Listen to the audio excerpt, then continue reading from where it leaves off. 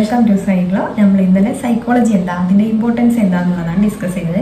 നമുക്ക് ഇന്ന് history of psychology എന്താണെന്ന് നോക്കാം.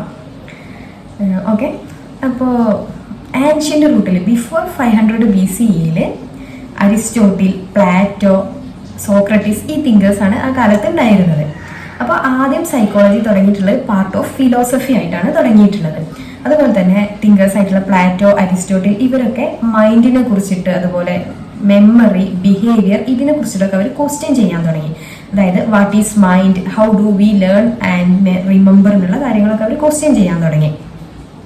അവർ ബിലീവ് ചെയ്തിരുന്നത് എന്താണ്, mind and body were connected in different ways എന്നുള്ളതാണ്. അപ്പം ഇതാണ് ബിഫോർ 500 BCE നടന്നിട്ടുള്ള കാര്യങ്ങൾ. അത് വരുന്നത് മിഡിൽ ഏജ് ആണ്. മിഡിൽ ഏജ് എന്ന് പറയുമ്പോൾ 500 to 1500 CE, അതായത് 500 to 1500 CE ഉള്ളിലാണ് മിഡിൽ ഏജ് വരുന്നത്.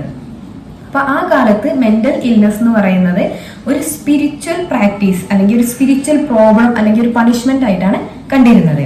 അന്ന് ഇതിനെ ട്രീറ്റ് ചെയ്തിരുന്നത് എങ്ങനെയാണ് അവര്, പ്രയർ, എക്സോസിസം അല്ലെങ്കിൽ ഐസൊലേഷൻ, ഇതിലൂടെയൊക്കെ ആയിരുന്നു അവർ അതിനെ ട്രീറ്റ് ചെയ്തിരുന്നത്. ഇറയാണ് ബർത്ത് ഓഫ് മോഡേൺ സയൻസ് എന്നുള്ളത്. 1600 തൊട്ട് 1800 വരെയാണ് ഈ ഒരു ഇറ വരുന്നത്.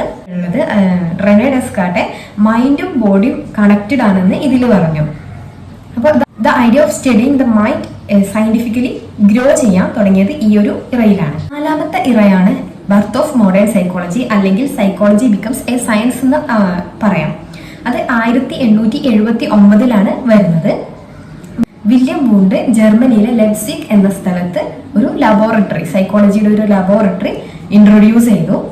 വില്യം വൂണ്ടിനെ അറിയപ്പെടുന്നത് ഫാദർ ഓഫ് സൈക്കോളജി എന്നാണ് അറിയപ്പെടുന്നത്. ഈ ഒരു ജർമ്മനിയിൽ ഈ ഒരു ലബോറട്ടറി, സൈക്കോളജിയുടെ ഒരു ലബോറട്ടറി സ്ഥാപിച്ചതോട് കൂടിയിട്ട് ഒഫീഷ്യലി അവിടെ എന്താണ്, സൈക്കോളജി ആസ് എ സയൻസ് എന്നുള്ള ആ ഒരു ഇത് ഇൻട്രൊഡ്യൂസ് ചെയ്യാണ് ചെയ്യുന്നത്. He studied the mind using a method called introspection, looking into your own thoughts.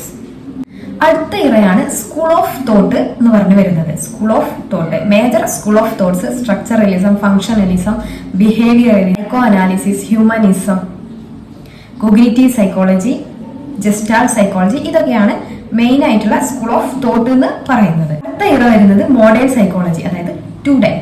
Okay, included ആയിട്ടുണ്ട് ഇപ്പോൾ clinical, cognitive, social, developmental, neuro psychology, അങ്ങനെ ഒരുപാട് ഏരിയാസ് ഈ ഒരു ഇതിൽ ഇൻക്ലൂഡഡ് ആയിട്ടുണ്ട്.